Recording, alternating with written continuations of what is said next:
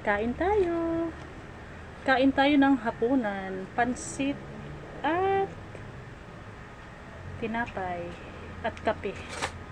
Kape pala. Mapang kape.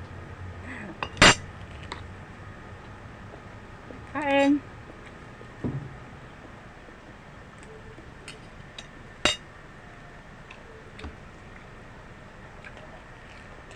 Itlog.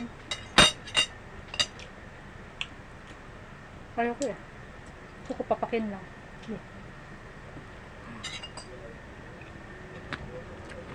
Kasabay ko yung anak ko kumain. Lagyan ko daw ng itlog yung tinapay.